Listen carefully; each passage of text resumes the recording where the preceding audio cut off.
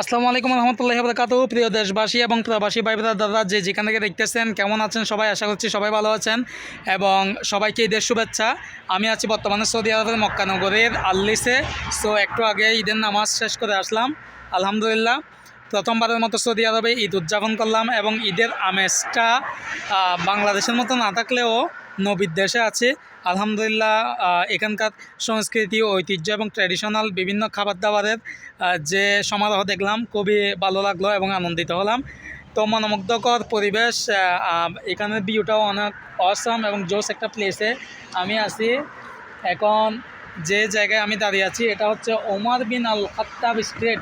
আমাদের প্রিয় নবী হযরত মুহাম্মদ মুস্তাফা সাল্লাল্লাহু আলাইহি ইসলামের প্রিয় এবং সহযোদ্ধা ওমর রাদিয়াল্লাহু আনহু অর্ধেক পৃথিবীর শাসনকর্তা, ওনার নামে নামকরণ করা হয়েছে এই রাস্তাটার। আমার পিছনে দেখতেছেন ওমর বিন আল খাত্তাব স্ট্রিট।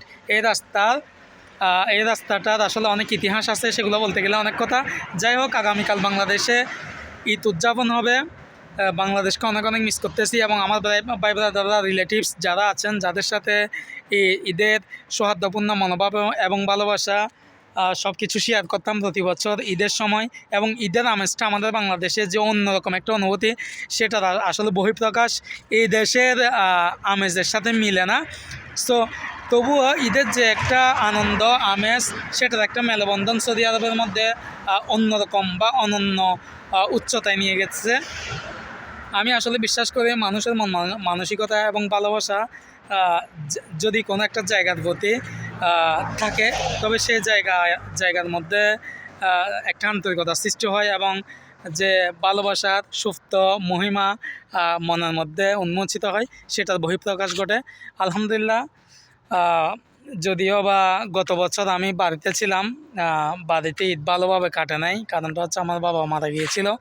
এবং এবছর তো আসলে মা বাবা দুইজনকেই দেখতেছি না, অর্থাৎ যেহেতু বিদেশের মাটিতে আছে, তো বিদেশের মাটিতে ঈদের আমেজটা অন্যরকম। যারা প্রবাসে আছে তারাই একমাত্র বুঝবে যে বিদেশের আমেজটা কীরকম। এখানে আসলে আত্মীয় স্বজন নেই। আমরা তো দেশে হলে সেমাই খাইতাম। আসলে আমি এখানে কয়েকটা দোকানে গিয়েছিলাম যে আসলে সেমাই আছে কিনা দেখার জন্য। আসলে এখানে কোনো জায়গায় আমি সেমাই পাই নাই, তবে আমি বিরিয়ানি খাইছি আলহামদুলিল্লাহ, চা খাইলাম, এতটুকুই। সো এখানে বিভিন্ন দেশের মানুষরা আমরা সবাই একসাথে আনন্দটা ভাগাভাগি করতেছি আলহামদুলিল্লাহ।